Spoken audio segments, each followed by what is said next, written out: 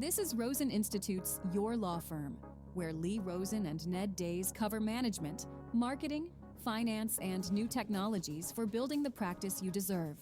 Here's Lee Rosen. It's good to be with you today from Kolkata, India. This is our first visit to this city, and we're just here for a short 5 or 6 days. We needed to change planes here on our way to Bhutan, so we decided to turn a short layover into a 5-day stay, despite the terrible air pollution and the awful traffic and the general chaos of the third biggest city in India. Well, we're just having a great time. India is a country that we've now spent quite a bit of time visiting, and we just love it. Between the people and the food and the colors and smells and sensations of India, it's just a place that we love returning to. We will absolutely be back before very long.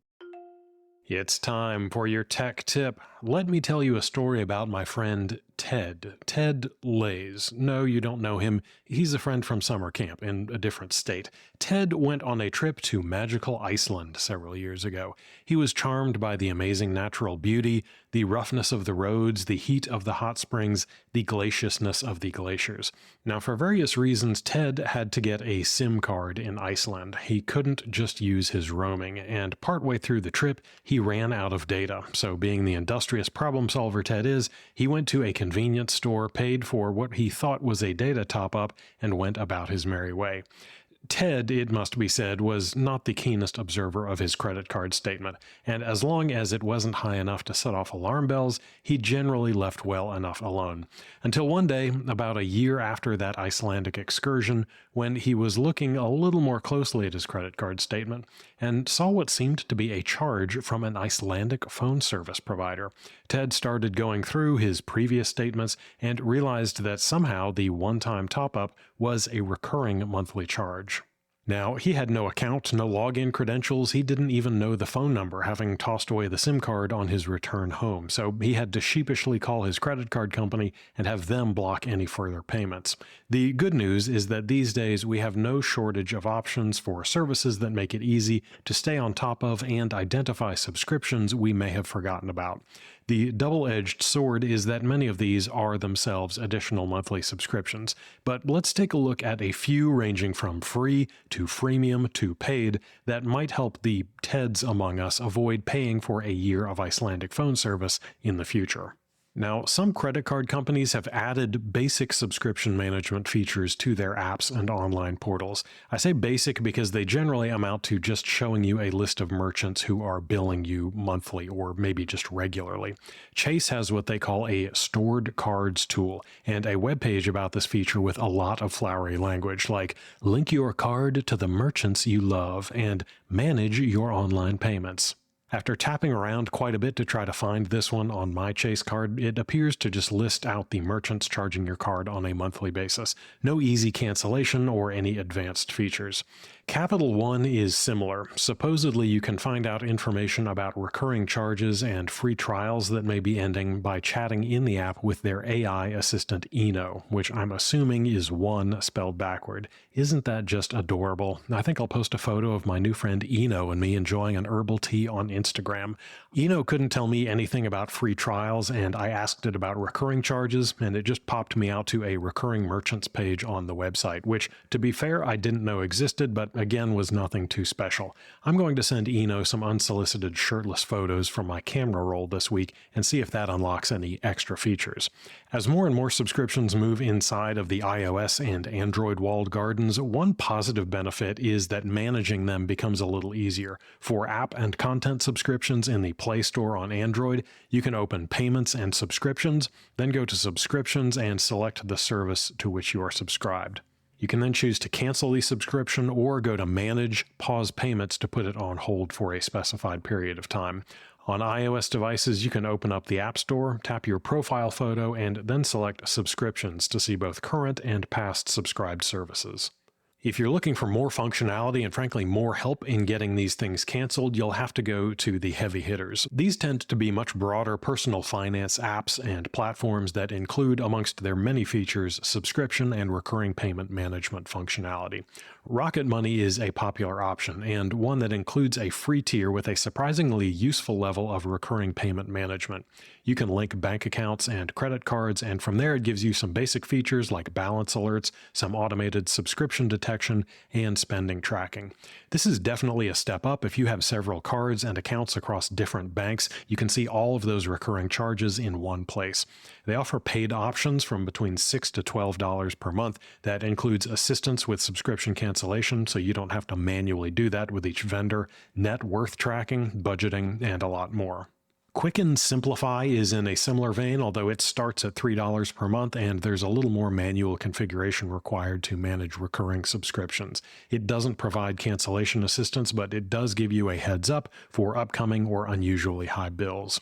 Pocket Guard is another option. Again, it's more of a complete personal finance platform. It runs about $13 per month billed monthly, or about $6.50 per month when billed annually. That, among a lot of other features, includes automated subscription tracking and cancellation assistance. Whether or not the extra features and long-term subscriptions are valuable is up to you, but a quick check of recurring payments every so often should help keep the TEDs among us from subsidizing the Reykjavik telecom industry. I'm Ned Days, and that's your tech tip. And now for your moment of concise advice. You have spent months, maybe years, pouring your heart into it. Money and time and energy, it's all in there. It's wrapped up in this thing that you thought was going to work. And now you're staring it in the face, knowing that it's not working, knowing that it hasn't worked for a while. But here you are. You're still holding on. Why? Well, because you're in too deep, because letting go would mean admitting that you were wrong. Letting go would mean losing the investment that you've made so far. But let me be blunt.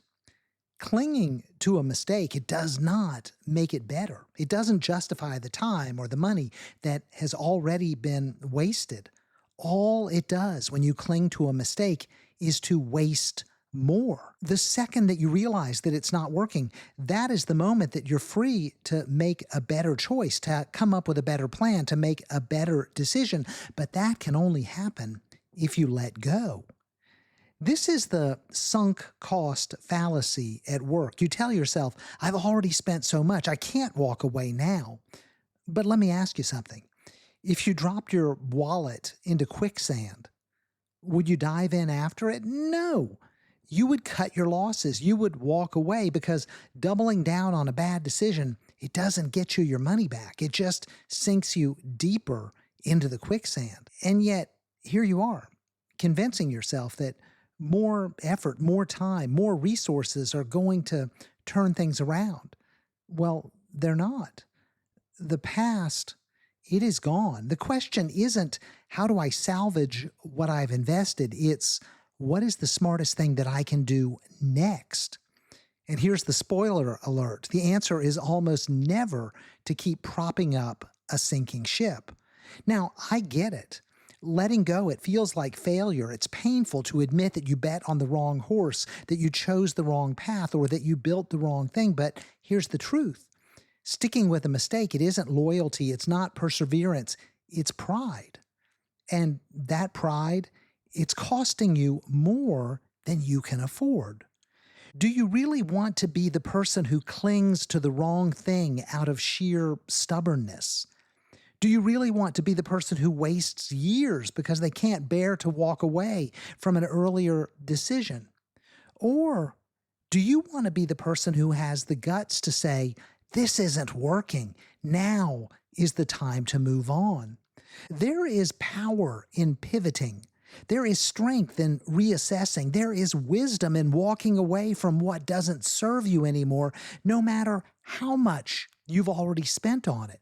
The time, the money, the energy that you've put into a bad decision, they are all gone. Don't let them trap you into making more bad decisions. You owe it to yourself to stop, to reevaluate, and to do what actually makes sense now, even if it means scrapping everything that you've built so far. Letting go, it isn't giving up. It's choosing growth over stagnation, progress over pride, opportunity over regret. Sometimes it's just time to rip off the Band-Aid, to walk away from the mistake, to stop being held hostage by your own past decisions. And when that time comes, the sooner you let go, the sooner you'll be free to build something better. So let go. Move on. The next great thing is waiting, but only if you have the courage to stop clinging to what isn't. That's your moment of concise advice.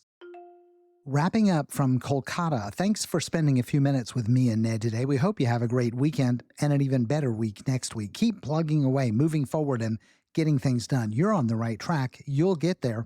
I promise. We're all in this together, and together we build better practices through better marketing, better management, and better technology. Until next time, I'm Lee Rosen. Thanks for listening to Your Law Firm. Subscribe to the Friday File at roseninstitute.com and join thousands of lawyers focused on working on instead of in their practices.